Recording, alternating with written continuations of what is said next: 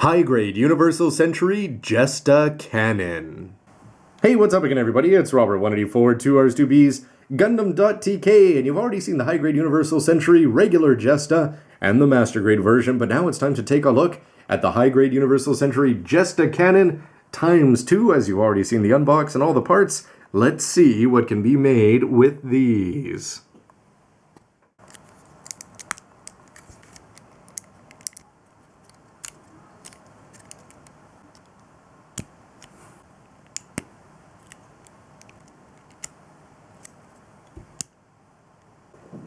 And when he's all put together here, you may have heard me use the adjective wowza to describe the master grade. And you know what? I'm going to say that again here for the high grade Cannon version. First of all, I've always been a big fan of the regular color scheme for the Jesta, just having those nice shades of blue in short order, especially in the chest, look great.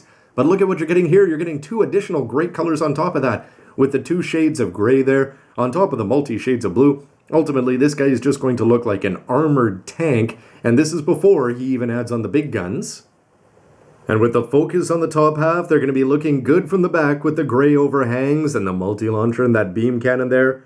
Deadly on top of the already cool gray additions. Are there going to be any hindrances to posability here? Well, the front skirts are going to be moving here non-independently there, but you can still kick the leg up forward. You can see that the knee is going to bump into it a little bit, unless you want to twist it off. Side skirts are only going to get out of the way about that much. Of course, you can always twist if you want more, but you're not going to get full splits there. The bend of the knee is only going to be 90, still not bad, as the ankles are going to do a good job side to side and front to back. That's fairly impressive there. But how about from the arm to lower body to the upper body here? You're just going to get a waist twist like that, and it can lean back and forward, and it'll actually stay side to side, not all that bad. The arms will rotate as you'd expect, and remember that from the top they can pull forward here, so you can have the hand reaching across, but he's not going to get all that much, nowhere near touching there. And if you don't mind the hand falling out, you're going to get more than 90 degrees from the forearm there, but it's going to be interesting to see these parts up here. Do they move side to side? No, you're going to have to actually move the whole body if you want to swing those. But 90-degree bends are going to put them all the way up and lead to all sorts of cool stuff, especially if he can get his hands up near there. Straight to the comparison with his nearest cousin here, the regular Jesta. And this one is going to be a hard poison for you to pick if you have to choose one over the other, I think, in terms of looks. For whatever reason, I think this one, even though he's got less colors on there, I think the blue differences are going to be showing even more. As over here, definitely you're going to have a lighter idea to him, just because of the gray and the white-ish that's going to be sticking out all over the place. But there's just so many additional color apps on top of the color apps that are already there, even though subtle as the coloring may be, and the cannons up there are going to be looking good. It's just a question. I really am a huge fan of the shield here. Remember, though, that right out of the box, you're not going to have any white missiles there on the shield, so that's not really going to stand out as much. This is very cool. I guess the only answer is buy both, or more. H3 Fortress here is going for style over height, but you can still get an idea of the general cartooniness, as you'd expect from Gundam Age and the demographic that it was aimed for, as opposed to the much more mature, militaristic, and late UC look that you'd expect from Gundam Unicorn. And if you want to talk about BA Earth Federation forces right here, how do you think of him next to the Byarland Custom? The Jesta's a big suit at 19 meters, the Cannon even more so with the guns over his shoulders, but they're not going to compare to this modern beast. And finally, next to the lead Gundam that brought the Jesta to the dance here, it's the Gundam Destroy mode, or Gundam Unicorn in his Destroy mode there. He is going to look a little bit underpowered with only a very, very cool beam magnum. You can give it there in hand. However, you know that his full armor version is going to take the additional weapons that this guy has it and raise it up to not 11, maybe 12. Weaponizing is going to be even easier here, as you've got, first of all, a bent wrist there, but of more interest is the peg that's going to be holding this weapon, the massive beam rifle here, into the manipulator there. Hopefully it's going to help for something this size. Looking down the barrel of the beam rifle and grenade launcher there is going to be pretty easy, although you'll notice that it's going to be drooping down in the hand there, as you'd expect from this much plastic. Overall, that left arm is going to be looking good, even though it's going to be a little bit hollow there on the inside. One thing you are going to notice, though, is that just because he can't move the guns up there on the shoulders, he is going to be looking awkwardly occasion in terms of where he's trying to shoot. And as you bring the beam rifle across the other way, you'll notice that it's going to become even more evident here Would be nice that they had a little bit of swing to them side to side. Nonetheless, not going to be looking bad, just a little bit, well, confused / protecting multiple angles. I've always been a big fan if you want to go back to things like the gun cannon when they can have their hands actually mobile enough to get up top so they can help their cannons in terms of the elevation and the aiming, and just generally add something a little bit more dynamic to what could be pretty static of a figure there.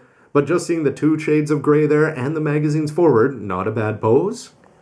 And if you want to bring up both guns to some degree there and have both hands on there, it's going to be a little bit redundant perhaps up there. However, after just having come off reviewed the master grade there with its incredible kneel, the high grade, yeah, you can get it there. But just imagine what a master grade Jesta Cannon will be able to do in terms of cool ground poses. I think the sky is going to be the limit here. Or better, I should say, ground level.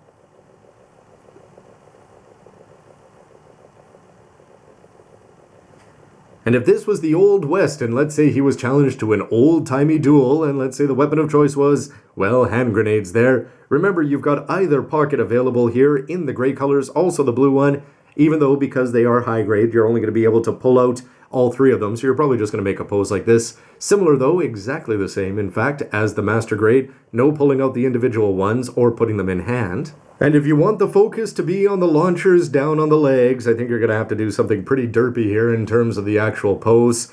I've got an action base in here backwards, although this is the kind of thing where you could hear somebody say, "Smokey," and go jump on his head. And remember that you are going to have an official variation here that you can go ahead and do with just the contents of one box.